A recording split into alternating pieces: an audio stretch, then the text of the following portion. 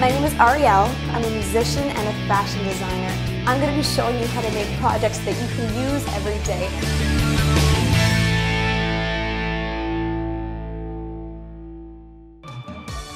Today I'm ready to help man's best friend nap in style with this easy dog bed, and it's made without sewing a stitch. Between the color, the texture, the size, the possibilities for this dog bed are limitless.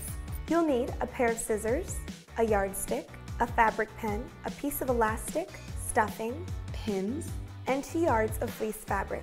I'm making a small dog bed 27 inches in diameter to fit a dog up to 25 pounds.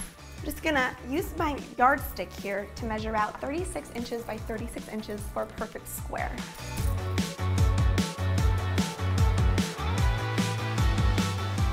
Now I'm just gonna take my fabric square, fold it in half again, and just smooth it all out to make sure everything's nice and even. Now I'm gonna take my folded square and turn it into a circle. So I've got my yardstick lined up on the very folded corner right here.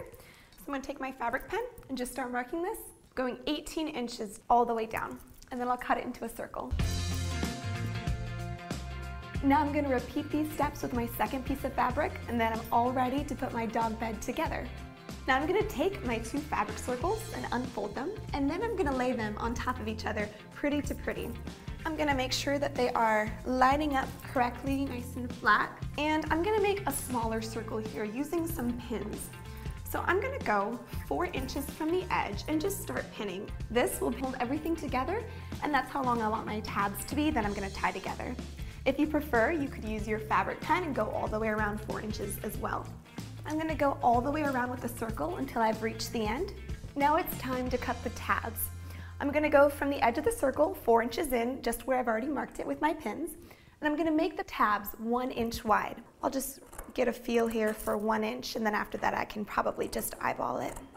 I'm making sure to cut through both layers of fabric at the same time. I like turning my circle as I go. That way I'm sure to cut my tabs straight into the middle of the circle and make sure none of them are crooked. And that's it. Now I'm going to remove my straight pins. I'm going to pick a random tab and I'm going to mark it. And I'm going to do that on the other side. This is going to help me line up all my tabs when I flip my fabric right side out. Now it's time to make the really pretty knot detail. So find the center of your fabric. So I'm going to take just that top layer, pick it up just like that, and take some of my elastic band. I'll cut off maybe 7 inches or so. Now I'm just going to double knot it around this little bunch of fabric here. This is going to be on the inside of my dog bed. Nobody's going to see it. I'm going to tie it nice and tight, that way it really holds. Doesn't that look nice? Now it's time to line up my fabric pieces so that I can tie my tabs together. I'm going to flip this one over so that way the pretty side of the fabric is facing out, and make sure the pretty side of the top with the knot feature is facing out as well. This is where marking that 1 tab on each fabric is really going to come in handy. So I'm going to find that and just remove the pins, and here's where I'm going to begin tying my dog bed. I'm just grabbing one from the top and one from the bottom and double knotting. Just go all the way around, making sure I don't skip any, or otherwise there'll be a hole there. The knots that I'm tying here are what's going to give it that cool ruffle effect when I'm finished.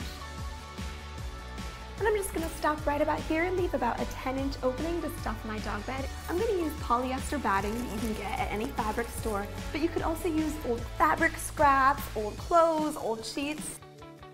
And now it's time for me to tie up the last of my tabs.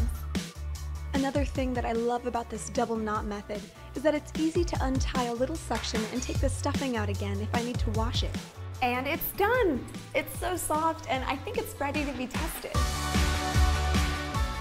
This is a great no-sew project that's perfect for beginners, and you can use this technique for all sorts of different pillows. That way, you and all your four-legged friends can nap in luxury.